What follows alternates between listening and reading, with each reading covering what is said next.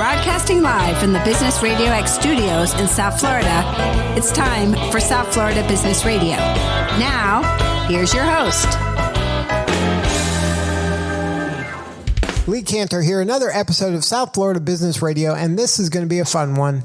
Today we have with us Laura Bonich with the Leaders Lighthouse. Welcome, Laura.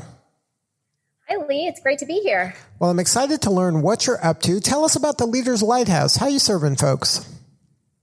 So the Leaders Lighthouse is an executive coaching and executive recruiting firm, and we focused on helping individuals in three key areas: their purpose, their people, and their performance. And so basically, do you know what direction you're heading in? Do you need some help with that? Do you have the right people or the right skills to get you there? And are you focused on everything you need to be from a performance perspective, specifically within the sales area? So how'd you get into this line of work? What's your backstory? So I've been in the food and beverage industry for over 20 years, working with companies such as Burger King, Heinz, and Campbell's. And throughout my time in those companies and roles, in addition to also working for some family and privately held companies in the industry, it always struck me how over and over there were these three key areas that everyone keeps coming back to.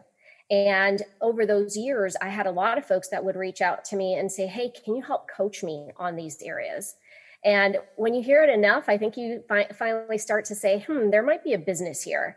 And that's what led me to found the Leaders Lighthouse.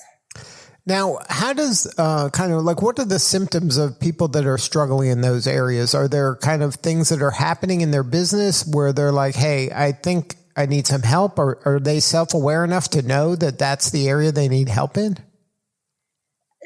Thankfully, a lot of times, yes, they are. Sometimes they're not, and they'll come to me and say, I feel stuck. I don't know what's going on.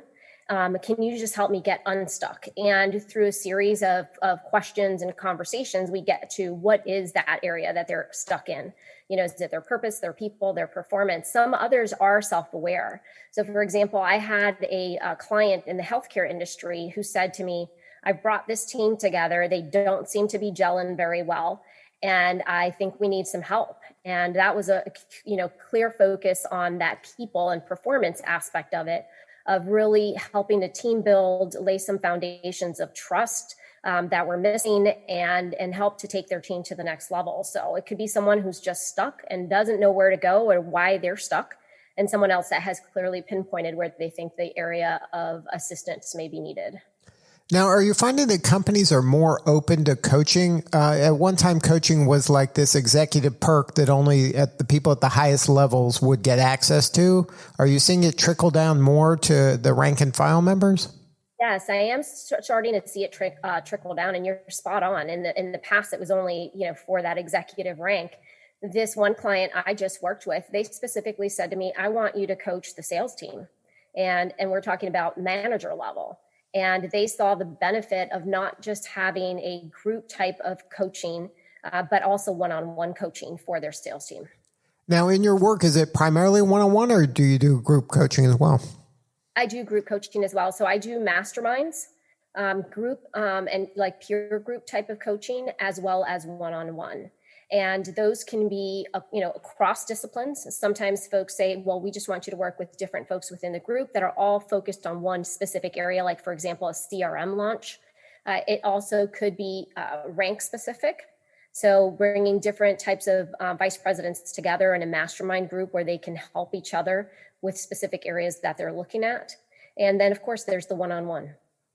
Now, do you mind educating our listeners about Mastermind and how you're able to kind of leverage that? I don't want to call it a tactic, but it's been around for hundreds of years, mastermind groups in all kinds of forms. So can you educate our listener about what that is and how it would work in the way that you're describing? Sure. So, I mean, you just touched on it. It's been around for hundreds of years. It was called out in the book, Think and Grow Rich.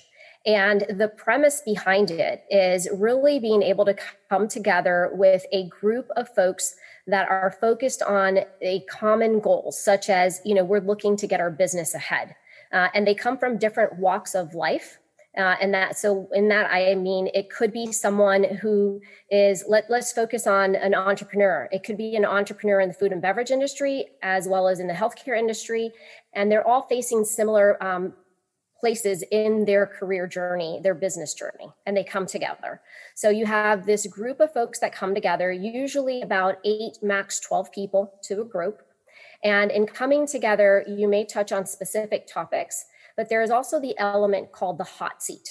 And the hot seat is where you're able to come to the group at the meeting times that you have specified and bring that specific area, goal, something you're stuck on, an opportunity where you want the collective minds to come together and help you sort through that. And the focus is only on you. Everybody's present at that moment and focused on what you brought to the table that you need help with. And so when you think about a mastermind, there are the key areas. It's an area where you can come together, establish trust, accountability, execution, and really have the transparency to do that. If you're going to join the mastermind, know that you'll probably be asked to sign up to be transparent, fully engaged, and present, because in order to have the mastermind work and have the accountability and the execution aspect of it, you need those ground rules.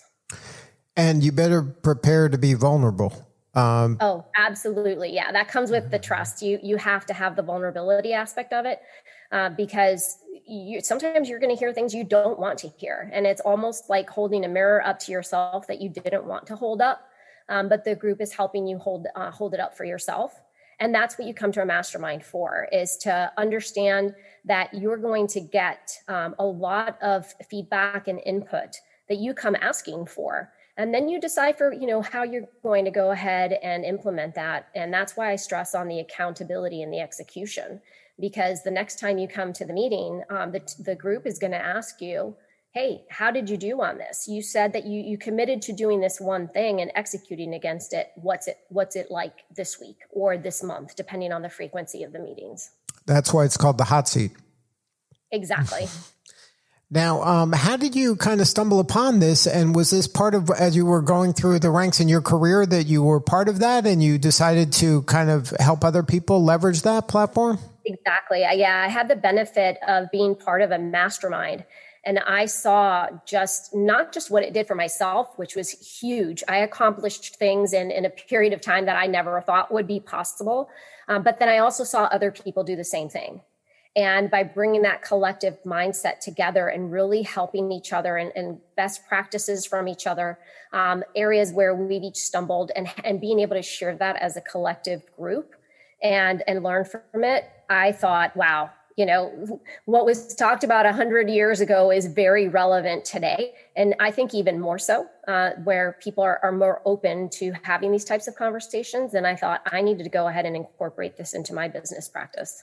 So now, how do you find the members of the mastermind group? Is that a challenge, or are people open to this? Because it seems like kind of some people are aware of it, but I think it's underutilized personally. I agree with you. It is underutilized. And I will tell you, a lot of people don't even know what it's called. They'll come to me and they'll say, I'm looking for a community. I'm looking for someone that can hold me accountable. And so they'll start to describe the different elements of a mastermind, not knowing what a mastermind or a hot seat is all about. And then I'll share with them, well, I have this group. It's a mastermind. Here's what we do. And they're like, that's exactly what I'm looking for. So some folks are savvy enough that have been exposed to it and are able to articulate, here's what I'm looking for. Others can articulate what they're seeking without knowing what it's called. So now,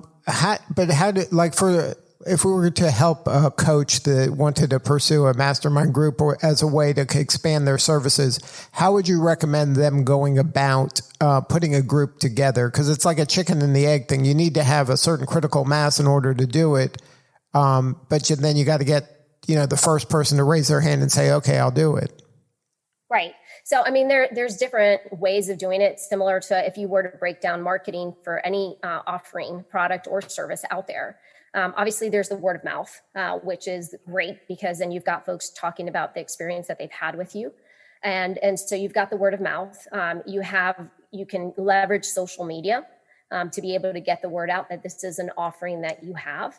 If you're just starting to explore it and you would like to understand the foundations and be a part of it first, obviously you could reach out to me. I'm more than happy to have anybody join my groups or share some of the key elements like I'm sharing today. And there are some other coaches that specifically all they do is focus on training coaches on how to mastermind. So, once you have decided that's the way to go from a marketing perspective, word of mouth, social media, setting up, some folks like to set up webinars to be able to just deliver some value and let the folks know, here's what I have available. And if you'd like, you can join my mastermind and go about it that way. Do you think that answers the question? Yeah, absolutely. Now, is your mastermind, because there's pre-pandemic, a lot of masterminds happen in person. But I would imagine through the pandemic, a lot of them now are happening virtually. And once you open the door to virtually, then you can have people participating anywhere in the world. What are your masterminds like? We're now virtual, and it's been working great because we do have folks from all over. Now, do you have multiple groups for your own business? Yes, I have multiple groups for my own business, and I'm actually getting ready to launch another group, which is a little bit of a different spin on a mastermind.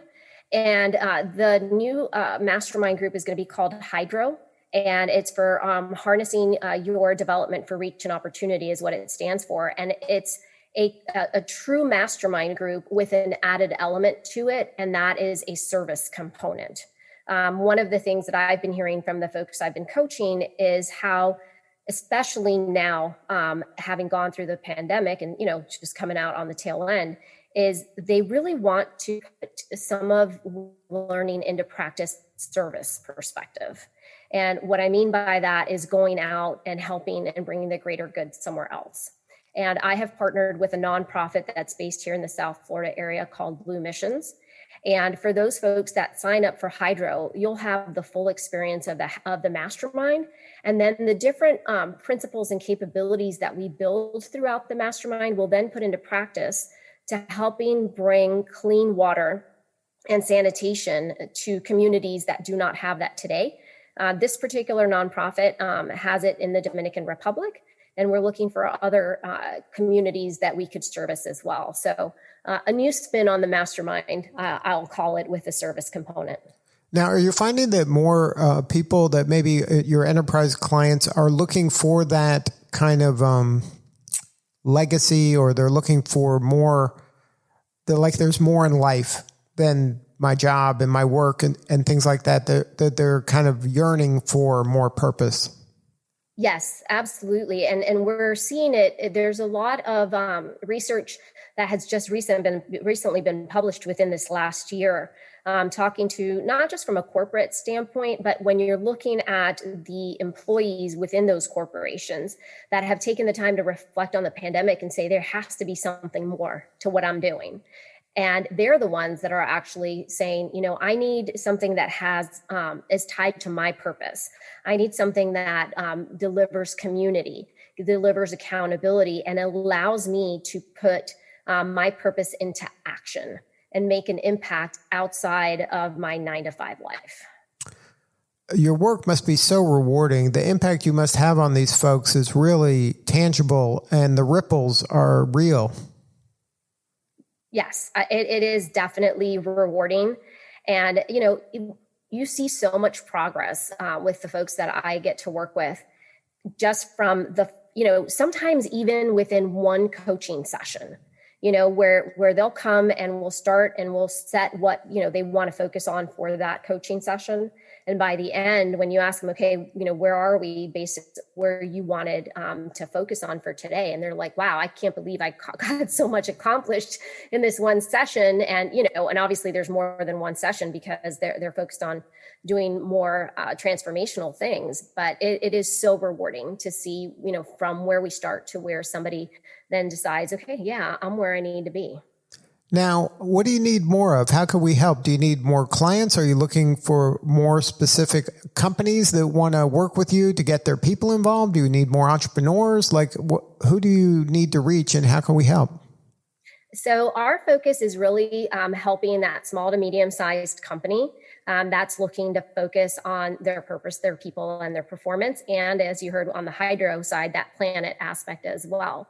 So yeah, I mean, if helping to get the word out to those small to medium-sized companies that the Leaders Lighthouse has the ability to help you within those areas. And let's not forget the individuals as well, because we don't just work with corporations and their teams. We work with individuals that want to take their life, their career to the next level and need some help getting there.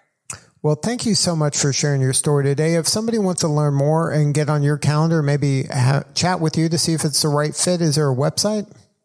Sure. It's the leaderslighthouse.com, and that's leaders as plural. Good stuff. Well, Laura, thank you again for doing what you're doing. You're doing important work, and we appreciate you. Thank you, Lee. I really appreciate the ability to come and talk with you today. All right, this is Lee Cantor. We will see you all next time on South Florida Business Radio.